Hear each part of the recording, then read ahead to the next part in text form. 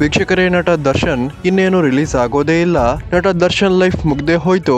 ನಟ ದರ್ಶನ್ ಇನ್ಯಾವತ್ತೂ ಕೂಡ ಸಿನಿಮಾವನ್ನ ಮಾಡೋದಿಕ್ಕೆ ಸಾಧ್ಯನೇ ಇಲ್ಲ ಅಂತ ಅಂದ್ಕೊಂಡವರು ಈ ವಿಡಿಯೋವನ್ನ ನೋಡ್ಲೇಬೇಕು. ಯಾಕಂದ್ರೆ ಪ್ರತಿ ಬಾರಿಯ ವಿಚಾರಣೆಯಲ್ಲಿ ನಟ ದರ್ಶನ್ ಪರವಾಗಿಯೇ ಸಾಕ್ಷಿಗಳು ಹೇಳಿಕೆಯನ್ನ ಕೊಡ್ತಿದ್ದು ನಟ ದರ್ಶನ್ ಅವರಿಗೆ ಇದು ಪ್ಲಸ್ ಪಾಯಿಂಟ್ ಅಂತಾನೆ ಹೇಳ್ಬೋದು. ಇದೀಗ ನಟ ದರ್ಶನ್ ಪರವಾಗಿ ಮತ್ತೊಂದು ಸಾಕ್ಷಿ ಮಹತ್ತರವಾದ ಹೇಳಿಕೆಯನ್ನ ನೀಡಿದ್ದು ಇದು ದರ್ಶನ್ ಅವರಿಗೆ ಪ್ಲಸ್ ಪಾಯಿಂಟ್ ಅಂತಾನೆ ಹೇಳ್ಬೋದು.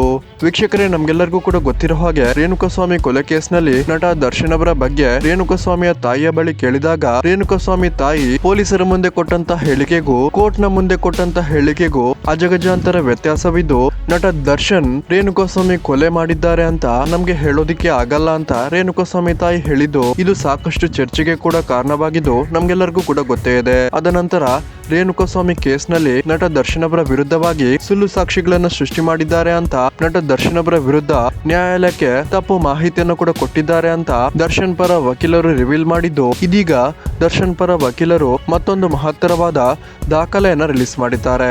ಮತ್ತೊಬ್ಬ ಅನಾಮಿಕ ವ್ಯಕ್ತಿಯನ್ನ ನಟ ದರ್ಶನ್ ಪರ ವಕೀಲರು ದಾಖಲೆಗಳಲ್ಲಿ ಮೆನ್ಷನ್ ಮಾಡಿದ್ದು ಈ ಒಂದು ಅನಾಮಿಕ ವ್ಯಕ್ತಿಯ ಹೆಸರು ಏನು ಅಂತ ದರ್ಶನ್ ಪರ ವಕೀಲರು ಇನ್ನೂ ಕೂಡ ರಿವೀಲ್ ಮಾಡಿಲ್ಲ.